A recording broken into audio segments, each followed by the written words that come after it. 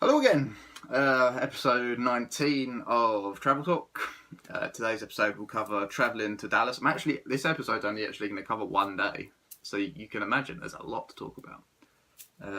This is travelling to Dallas, and then it's kind of what happens on the first night, which is not important, but it takes up a lot of the video. We'll kick off with, we were in San Antonio the last couple of episodes, had a good time there, did a lot of things, went and saw some films, some museums, went to the Rainforest Cafe, but all good things come to an end, and we'd be moving on to Dallas. Dallas, which was roughly about 6 hours away by bus. We'd have to take 2 buses, so we were leaving the hotel in San Antonio at about 8 o'clock.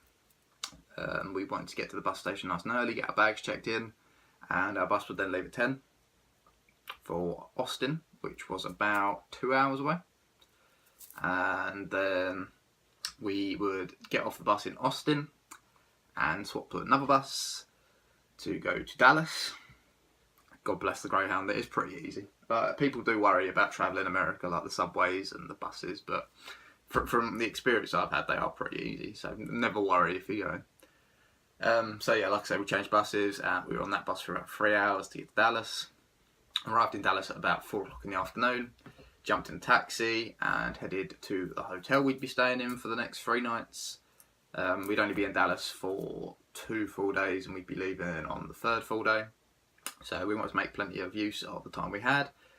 We got a taxi to the hotel, which was about 15 minutes from the centre of Dallas.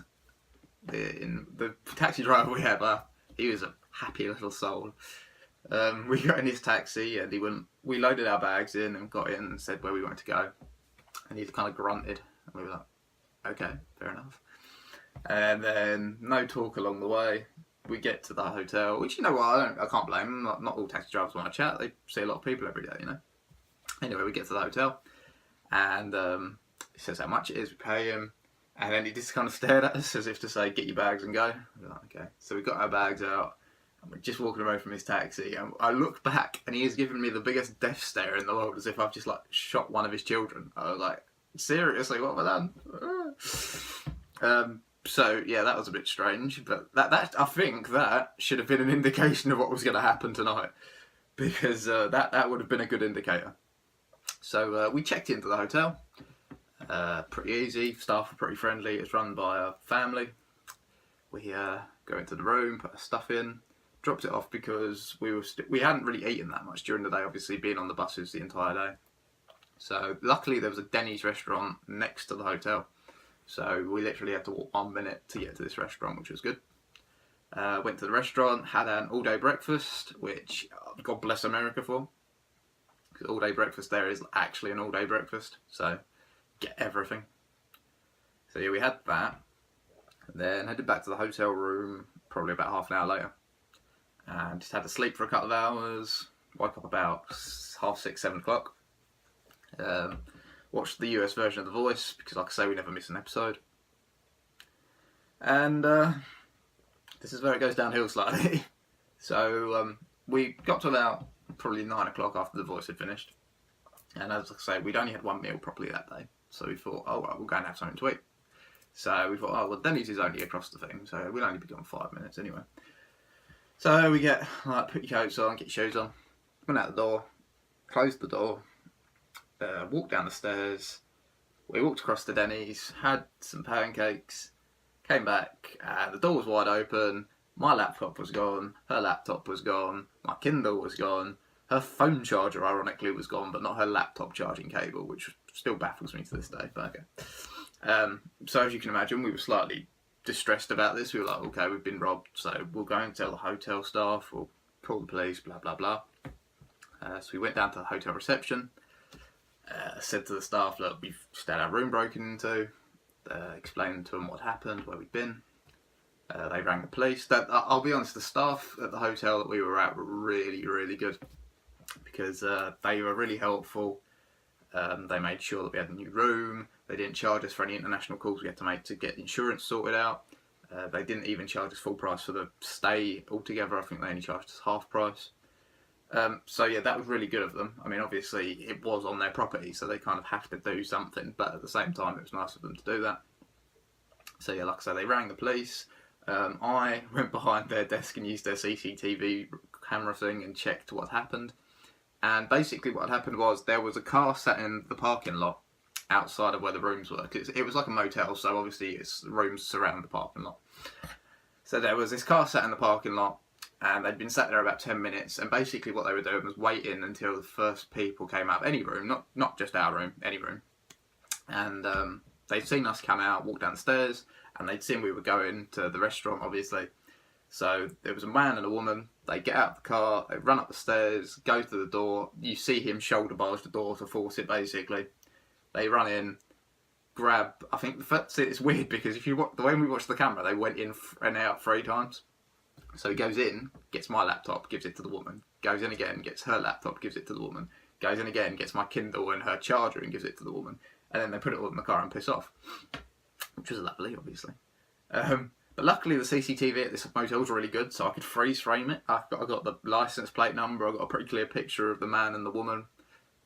So when the police came, it was pretty easy for them in theory. So we waited up until about 2 a.m. sort of time to give a statement to the police, and we pretty much give that. The hotel changed our room for us. Obviously, they didn't want us to stay in the room to be broken into. Changed rooms for us. Like I say, they didn't charge us for any calls we made, and they only charged us half, so which was again good of them. And that was pretty much the first day in Dallas that we had. So we had a rude taxi driver, we got burgled, and had our laptop stolen. So who can complain about that? So yeah, it wasn't the best first day, but the thing you've got to think about with this trip like this is we've been doing it 40 plus. I think it was about the 42nd day, and we've not had anything go wrong, like, at all. And when you bear in mind you're in a different country, you're going on buses all the time, you're staying in different places all the time, you're only carrying around a backpack.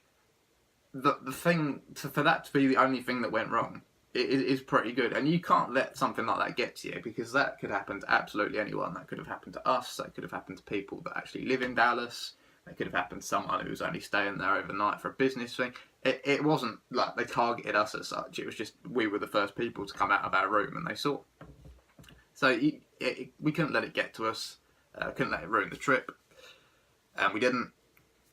Everything still happened after that. We got up the next day, made some phone calls about the insurance. Funny story about the insurance. Never get travel insurance with the AA because they are the biggest load of crap in the world.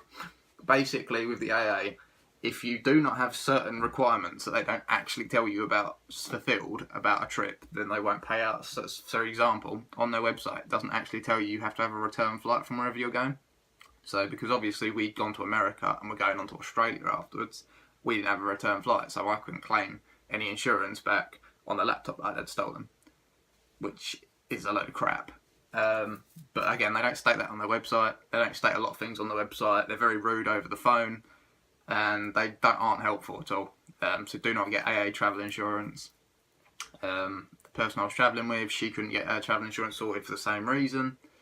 They were only actually going to pay out £70, I think, and considering that Apple, it was a MacBook Air, so it was worth probably about £400, something like that. So it wasn't going to pay to get that back for her. Luckily, in the end, we did manage to replace the items, but not until Arizona, which would be another 3 or 4 days. So yeah, it wasn't great, but you know, it like I say, it didn't end the trip, it didn't ruin the trip. It happened, we got over it, and we just continued. We weren't going to let it affect us. But yeah, it's just one of those things, like I say. But you can see why I made this only a 1-day episode, because I've gone 9.5 minutes talking about getting burgled. So, but yeah, it happens. It's not a great thing. But yeah, that's probably where I'll leave this episode. The next episode will be slightly more uplifting, because it won't just be about getting burgled. which, you know, isn't fun. So yeah, next episode will be Dallas. It'll be where JFK got shot. It'll be the Dallas Indoor Zoo, the Dallas Outdoor Zoo. And yeah, that's pretty much where I'll leave this now. Like I say, like, comment, subscribe, love me.